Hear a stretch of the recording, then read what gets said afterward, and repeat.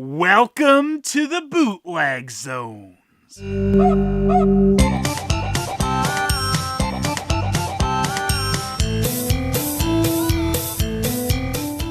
Real Ghostbusters Manhattan Madness is a bootleg DVD of 7 episodes of the series, and boy, is it weird.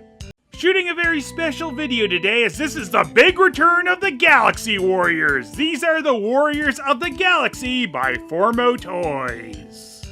According to the Simpsons parody Ghost, which appeared in Real Ghostbusters, this DVD set is the original appearance of Itchy from Itchy and Scratchy, so that's probably true. What we have here are the prototype versions of the Warriors of the Galaxy, which were nicely sent over to me by Emiliano Santalucia and Formo Toys.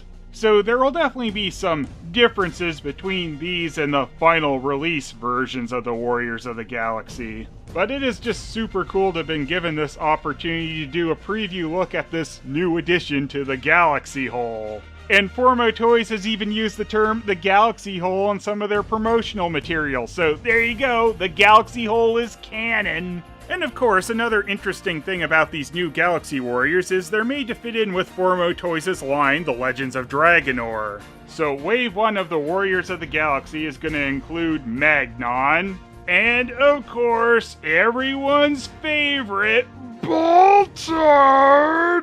So, of course, we've got to compare these guys to their original Galaxy Warrior counterparts. You'll immediately notice, of course, that the new Warriors of the Galaxy stand ever so slightly taller than their original Galaxy Warrior counterparts.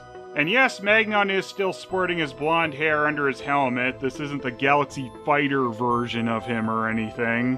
I love that they've done a new version of the sun harness here with some paint detail on it, with the center of it being red, which is also a lot like the original Galaxy Warriors prototype sun harness. And it's really a major improvement with the square harness having this neat skull detail in it instead of just being a big blank space.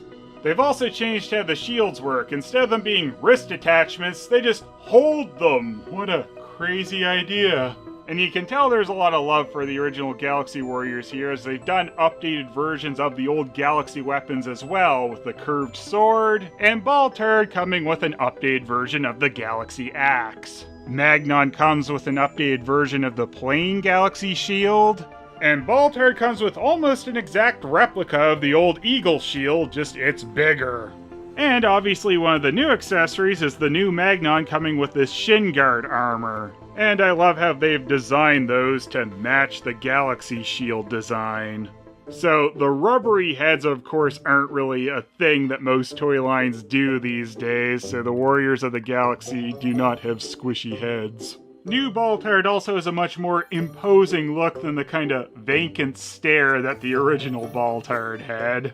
A new neat feature about these Warriors of the Galaxy is they're modular, so you can swap parts around. However, with these prototypes, some of these parts are kind of loose, but that's something I expect to be changed in the actual production line. But since you can swap parts, you can do important things like this, which makes Magnon and Boltard here look like they're from the Muscle Warriors line, where almost no one's head color matched their body color. So let's swap some more parts, because no, why not? We can do it, after all, so... I don't know if that's supposed to come off that way. No, it's not. Prototypes. Alright, there we go. Now they also have their arms switched. Wow, Magnon! I've never felt closer to you! Do not talk to me. I don't know you. Oh, man! Even when I'm wearing your legs! What? Ah! Boltard! I need a body! Shut up, Krang! I do too! And me, Magnon. Oh, how could this happen to me?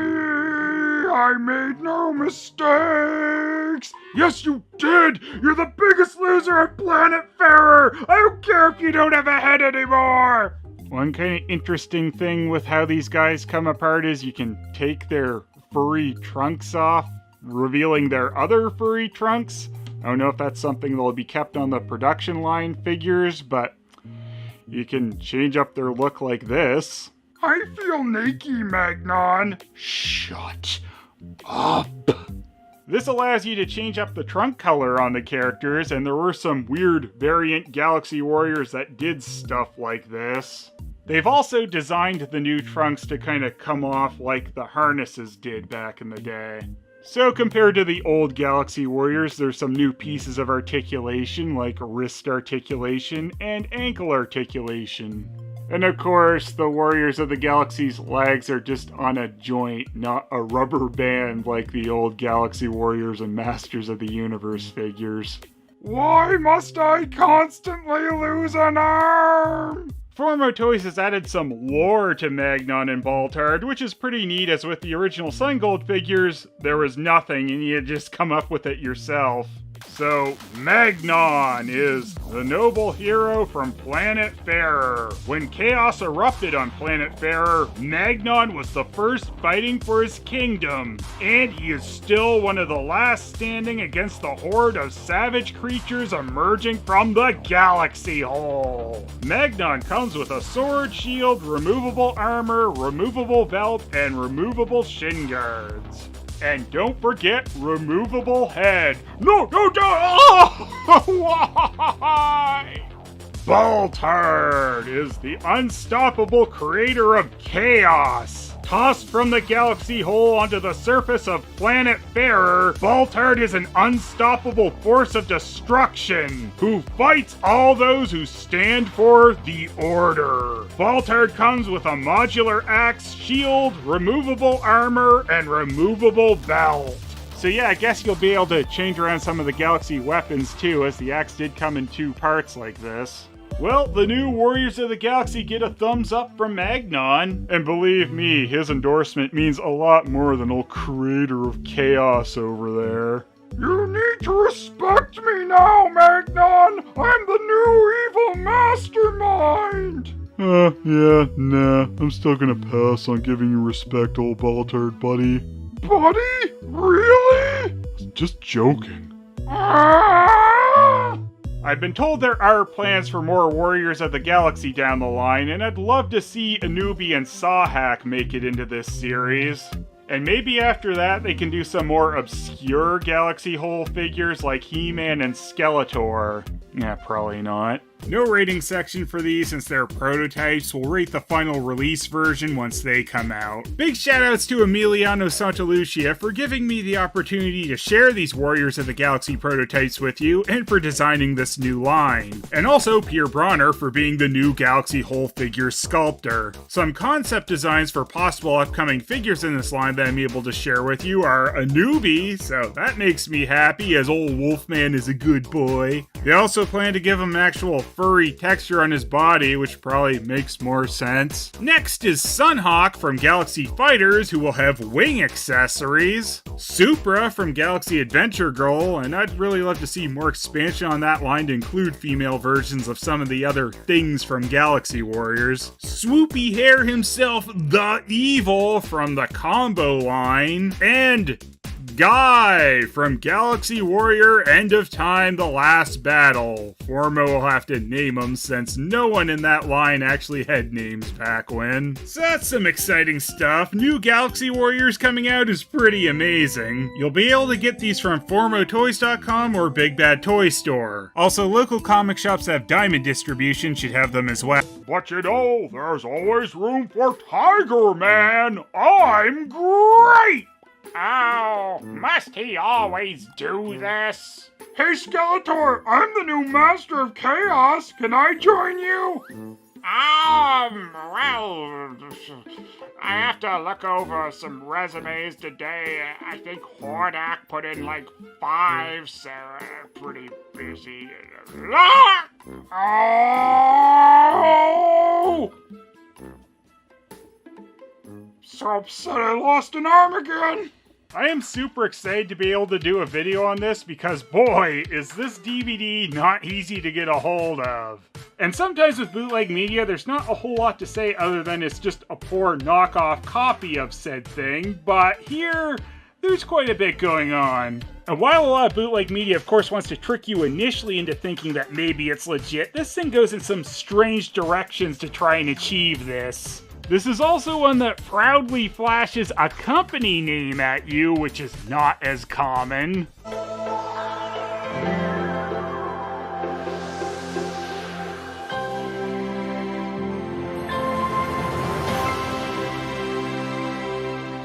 And they've kept all the warnings and stuff about unauthorized distribution, which, you know, is ironic. Egon, can they do that? I think our trademark is being infringed. They've also included a bunch of the names that were associated specifically with the Ghostbusters movie, which you're not really gonna see as often on a real Ghostbusters release. There are some releases that do so, and that's 100% why it's showing up on this bootleg. These couple of UK DVDs I have list who wrote and produced each episode, but they also list Ivan Reitman because he produced and directed the movie. So OS Films decided to put on their DVD, OS Films presents an Ivan Reitman production, The Real Ghostbusters, which of course is not exactly correct. There's just so much about this DV that doesn't make any sense, really. One big thing, of course, is its insistence on using this warped version of the No Ghost logo. They go out of their way to avoid using the normal version of the No Ghost and use this warped one like it means anything legally or something. And speaking of legality, they even made their own version of a warning screen complete with warped No Ghost logo. The way they make sure to show this warped version of the No Ghost logo is like they're trying to skirt around copyright or something. But, you know, a warped version of the Ghostbusters No Ghost logo is still the Ghostbusters No Ghost logo. Now, they didn't go so far as to edit the No Ghost logo in the actual episodes, because that'd be a lot of work with the arm patches and everything like that. But probably the craziest and most amusing bit of them doing this logo swapping is them editing it into the intro. Now, obviously, you can see the normal version of the logo right until it suddenly switches to OS Films' turbulent displace warped version. They have also completely overhauled the ending of the intro logo, with the text being super distorted here. If you really pay attention, you can also notice that they just crossfade into the last shot of the intro where Peter, Ray, and Winston are winking. This was likely done because they needed to change the last frame into a still to do their flip transition to the new logo. And you can even see the black outline of the distortion logo before it flips into place. They have also replaced every episode's title card, which now appear before the intro instead of directly after like they should.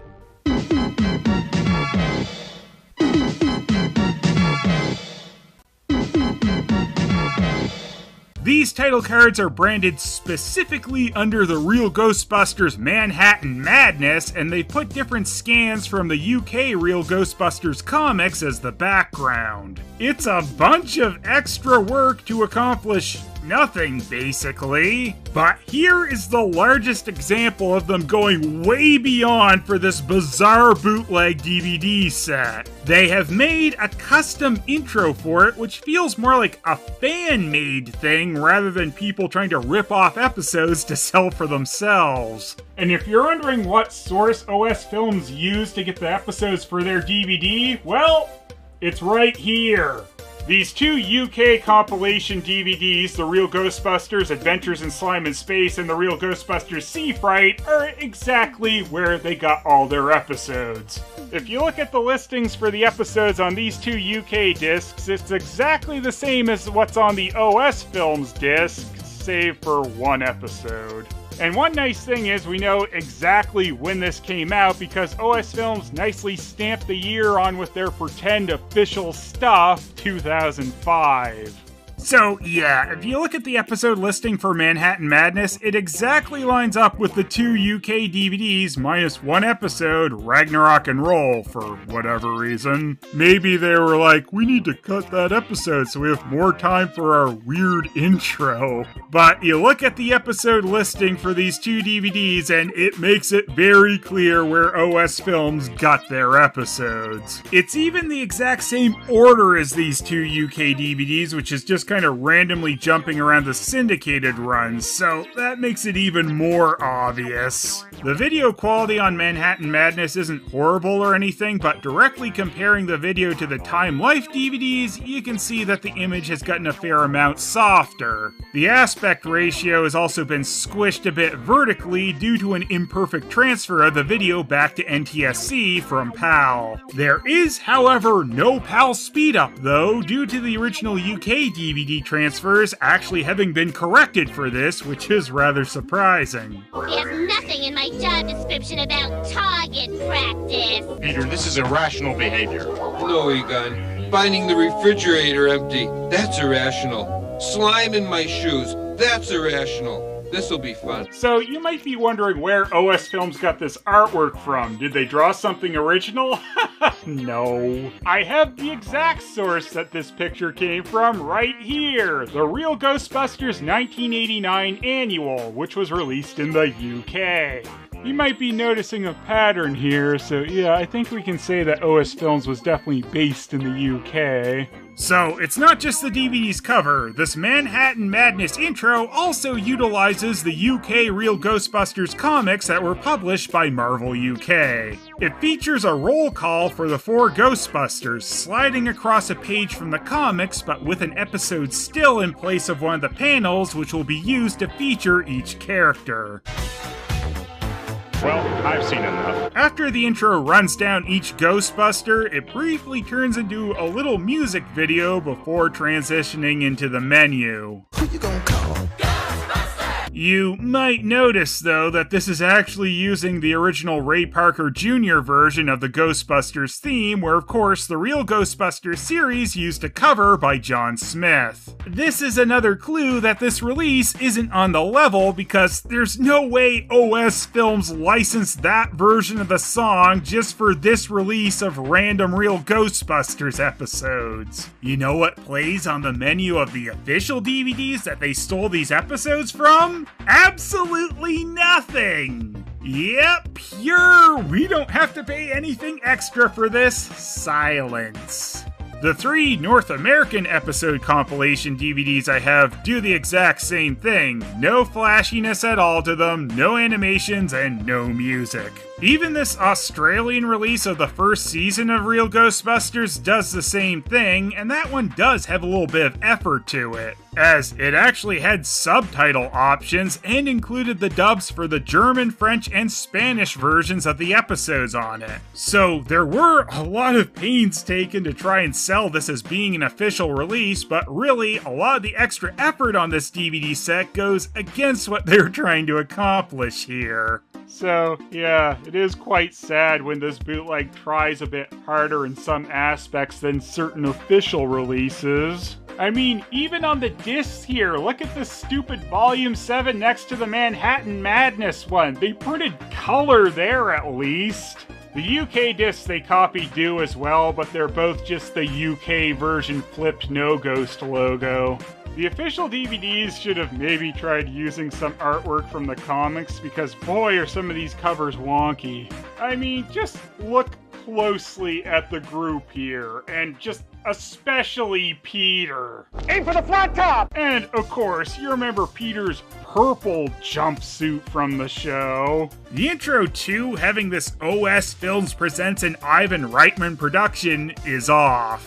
Like, you'll usually see the logo for a DVD distributor pop up, but not so much them doing custom titles like this just to throw a few random episodes onto a disc. An Ivan Reitman production as well is not exactly correct for the real Ghostbusters. Ivan Reitman, of course, still got credit for directing and producing the original movie on the show's credits, but he didn't actually work directly on the cartoon. And yet another large red flag is a couple of misspellings during the cast call. They got Winston and Egon's last names wrong. I guess to be fair to Manhattan Madness, though, this misspelling of Zeddemore was also present on the original credits for the 1984 movie. However, Egon Spanglar is a completely new wrong way to spell Egon's name. Well, I've seen enough. After the intro finishes, you get the annual artwork used on the cover that slowly transitions in, and then the menu options also slowly flip in. I mention this because this is one of the largest failings of this DVD.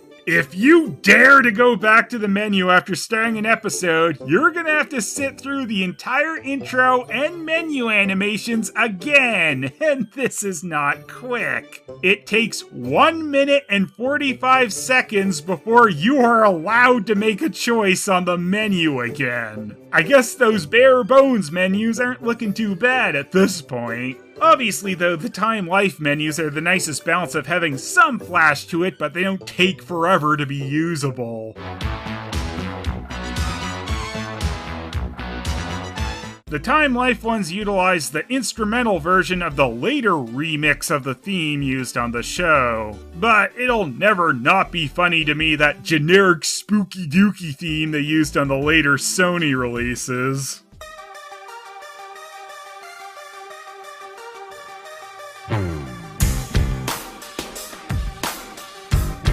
That almost comes off more bootleg than the bootleg here. OS Films also forgot one very important thing on their release too. Unrelated trailers. Jumanji, the deluxe edition. I am not afraid of anything. I ain't afraid of no ghosts. I'm sure you'll be surprised to hear that this DVD is well out of print. I'm not sure how long they got away with this, but it doesn't seem very long as these are quite rare to come by. It took me several years of keeping an eye out before I was able to pick one of these up. And because OS Films is kind of a generic name and has been used by several unrelated entities since, it's hard to try and find anything on them. So, I'm not sure if they ever tried this again with another franchise or not. Also, shout out to Spook Centrals. They did a write-up on this DVD back when it came out, and I believe that was the first place I saw that this existed and started my obsession with finding the stupid thing. Hey, wait a second. The Time Life compilations have a distorted No Ghost logo on the back, but that's copyright of OS Films. Watching, and we'll see you in the morning. MAGA.